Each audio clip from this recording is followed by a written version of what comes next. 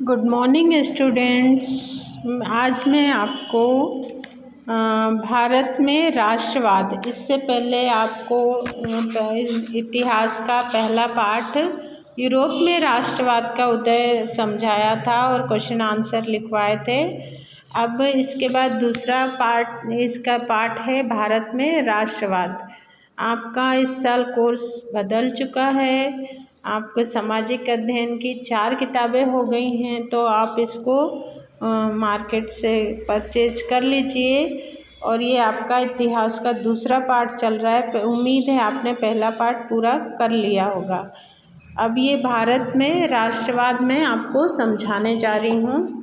भारत में राष्ट्रवाद, जैसा कि आप जानते हैं कि यूरोप में आधुनिक राष्ट्रवाद के साथ ही राष्ट्र राज्यों का भी उदय हुआ। इससे अपने बारे में लोगों को समझने, लोगों को बदलने का ज्ञान हुआ। अब ये यूरोप में राष्ट्रवाद, अब भारत में राष्ट्रवाद का जो राष्ट्रवाद है वो, उसमें गांधी जी सबसे महत्वपूर्ण व्यक्ति हैं। उन्होंने भारत में राष्ट्रवाद चलाने के लिए अनेक आंदोलन चलाए और लोगों ने, भारत की जनता ने उनका सहयोग दिया और अंग्रेज़ों को उन्होंने भारत से मुक्त किया। ये आप चित्र में देख रहे हैं किताब में, पेज नंबर आपका 29 अध्याय 2 पर ये चित्र में दिख रहा है। इसमें राष्ट्रीय आंदोलन के दौरान लोग सड़कों पर दिख रहे हैं। सड़कों पर अंग्रेज़ों का विरोध करते हुए जुलूस निकाला गया है। ये आपको जो चित्र में दिख रहा है वो जुलूस निकल रहा है। उसके बाद भारत का पहला जो विश्व युद्ध था, उसमें पहला आंदोलन इन्होंने खिलाफत आंदोलन किया, जिन्होंने अंग्रेज़ों के खिलाफ, गांधी जी ने अंग्रेज़ों के खिलाफ उनके जो जितने नियम बनाए थे, जिन्होंने जितने अंग्रेज़ों ने कानून बनाए थे, उसका खिलाफ, उसके विरोध किया। उन्होंने नमक तोड़ो सत्याग्रह, दांडी यात्रा, ये सभी उन्होंने अंग्रेज़ों को जगाने के लिए आरंभ किया। 1919 में पहले विश्व युद्ध के बाद कीमतों में ज़्यादा वृद्धि होने लगी। उसके बाद सन 1913 से 1918 के बीच में कीमती 2 गुनी तो हुई और साथ ही गांव के लोगों को, गांव के नौजवानों को अंग्रेज़ों ने सेना में जबरन भर्ती करना शुरू कर दिया। जबरन भर्ती मतलब होता है भारत के लोगों को ज़बरदस्ती सेना में भर्ती कर लेते थे। तो इसके खिलाफ आंदोलन किया गया। जनवरी 1915 में गांधी जी दक्षिण अफ्रीका से भारत लौटे। उसके बाद उन्होंने न्यू कैसल से ट्रांसवाल की ओर जुलूस निकाला। इस जुलूस में महात्मा गांधी मजदूरों का नेतृत्व कर रहे थे। जब जुलूस को रोका गया और गांधी जी को गिरफ्तार किया गया तो हजारों मजदूर अश्वेतों के अधिकारों का हनन करने वाले नस्ल भेदी कानूनों के खिलाफ सत्याग्रह में शामिल हो गए। दक्षिण अफ्रीका के मजदूर भी सत्याग्रह में शामिल हो गए। ये आपको चित्र में दिख रहा है। ये चित्र 6 नवंबर 1913 में किया गया आंदोलन का है। उसके बाद इन्होंने सत्याग्रह आंदोलन किया, जिसमें किसी को नुकसान नहीं पहुंचाना है, किसी के को कोई मारना पीटना नहीं है। बस अपने उससे उपवास रखकर कई दिनों तक उन्होंने, गांधी जी ने अंग्रेज़ों को जगाने की कोशिश की। उसके बाद अगला नियम जो है, रॉलेट एक्ट पास किया गया। रॉलेट एक्ट अंग्रेज़ भारत लेकर आए सन 1919 में। रॉलेट एक्ट में अपने जो नियम थे केवल उन्हीं को मनवाना चाहते थे अंग्रेज़, लेकिन 1919 में गांधी जी ने इसका विरोध किया और उसको न मानने के लिए हड़ताल की। 6 अप्रैल को ये हड़ताल विभिन्न शहरों, विभिन्न गांवों से होते हुए जुलूस निकाला गया, जिससे देश की जनता जागरूक हो, उन्हें मालूम पड़े कि हमारे देश में क्या हो रहा है। अनेक बैंकों पर, डाकखानों पर, रेलवे स्टेशनों पर मार्शल लॉ लागू कर दिया गया और ये जुलूस शांतिपूर्ण निकल रहा था, लेकिन इस जुलूस पर अंग्रेज़ों ने गोली चला दी, जिससे अनेक व्यक्ति घायल हो गए। इससे गांधी जी को बहुत ठेस पहुंचा।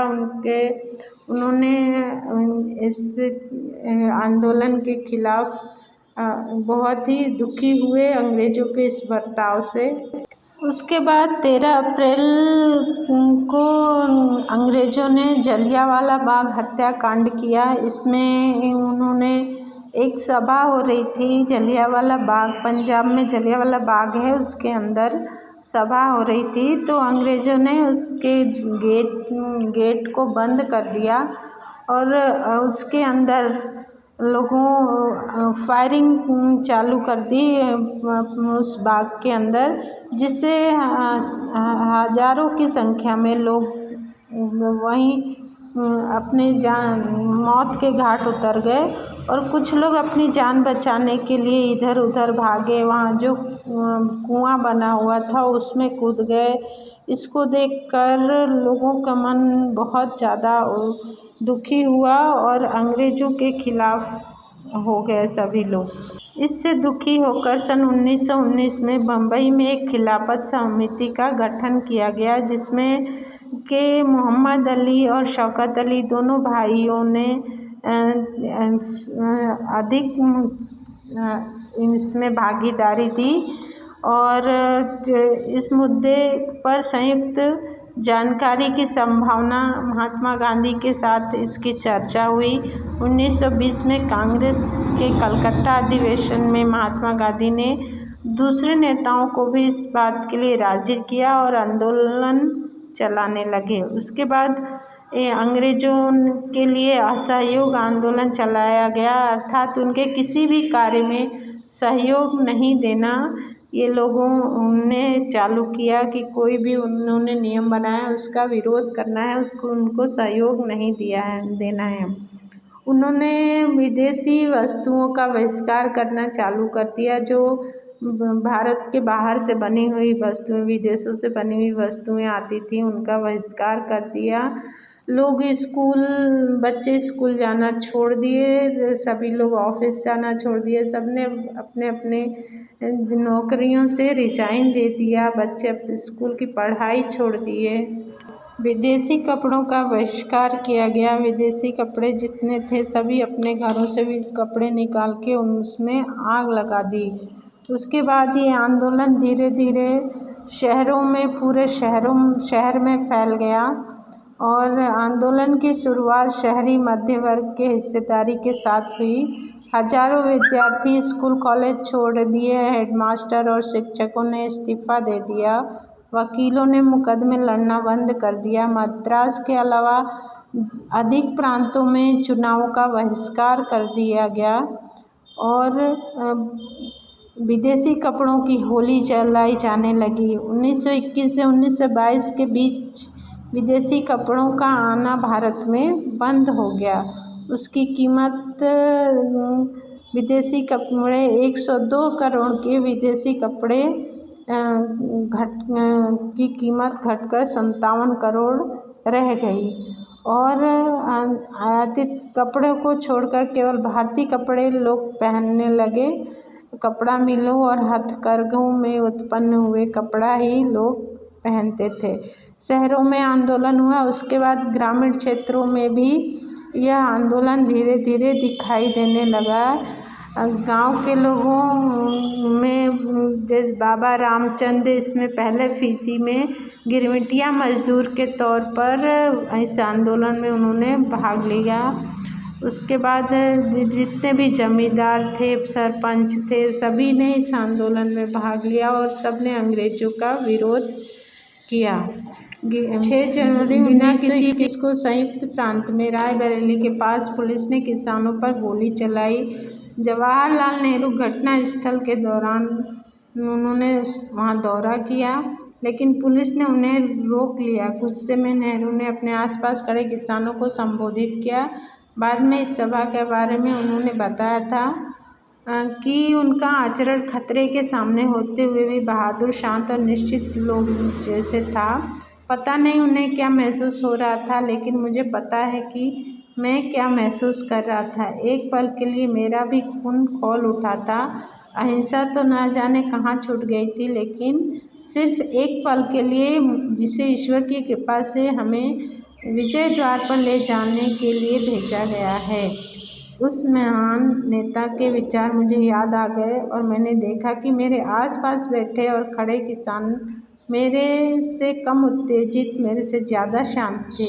मेरी दुर्बलता का यह क्षण बीत गया। मैंने पूरी विनम्रता के साथ अहिंसा पर उनसे बात की। यह सबक उनसे ज़्यादा मुझे सीखना था। उन्होंने मेरी बात समझी और शांति से उनके साथ चलने लगे, अर्थात बिना किसी मारापीटी, बिना किसी हिंसा के उन्होंने आंदोलन किया। उसके बाद बगानों में राष्ट्रीय आंदोलन में शामिल ऐसे अन्य लोगों के बारे में पता लगा जिसे अंग्रेज़ों ने पकड़कर मौत की घाट उतार दिया और लोगों को मालूम भी नहीं पड़ा। उसके बाद चौरा चौरी कांड हुआ। गोरखपुर स्थित चौरा चौरी में बाजार से गुजर रहे एक शांतिपूर्ण आंदोलन पर अंग्रेज सिपाहियों ने हमला कर दिया, उस पर गोलियां चला दी, जिससे अनेक लोग उसमें घायल हुए और मृत्यु को प्राप्त हो गए। महात्मा गांधी ने सविनय अवज्ञा आंदोलन, नमक यात्रा आंदोलन, नमक तोड़ो आंदोलन, दांडी से लेकर समुद्र तक जाकर उन्होंने नमक अपने हाथ से बनाया, जो पहले सरकार बनाती थी। उसके बाद लाला लाजपत राय पर अनेक जो जो उस विरोध कर रहे थे आंदोलनों का, उस पर अंग्रेज़ों ने लाठी चार्ज किया, उनको लाठियों से मारा, जिससे उनकी मृत्यु हो गई। और जितने भी लोग सड़कों पर आंदोलन करते थे उसको अंग्रेज लाठियों से, गोलियों से मारते थे। महात्मा गांधी और जवाहरलाल नेहरू तथा मौलाना आज़ाद जो थे वो पूरी तरह से इस आंदोलन में समर्पित थे। इसमें आपको बाल गंगाधर तिलक ने इसमें अनेक विरोध किया, जिसे लाठियों से मारा गया। इस एक चित्र में आपको भारत माता का फोटो दिखाया गया है, जिसमें भारत माता शेर और हाथी के बीच में खड़ी हुई हैं। यह पहली तस्वीर आपको बनाई गई थी, ये पहली तस्वीर है। इस तरह से भारत छोड़ो आंदोलन के दौरान बम्बई में औरतों ने भी इसमें बढ़ चढ़ कर हिस्सा लिया और इस आंदोलन में भाग लिया। इस तरह से संपूर्ण जनता के सहयोग से, भारत के प्रत्येक नागरिक के सहयोग से देश को अंग्रेज़ों से मुक्त कराने में सहायता मिली। अंग्रेज़ों से देश आज़ाद हुआ और भारत में इस तरह से राष्ट्रवाद, मतलब राष्ट्र क्या है, लोगों ने समझा और उसका उदय हुआ, राष्ट्रवाद का उदय हुआ।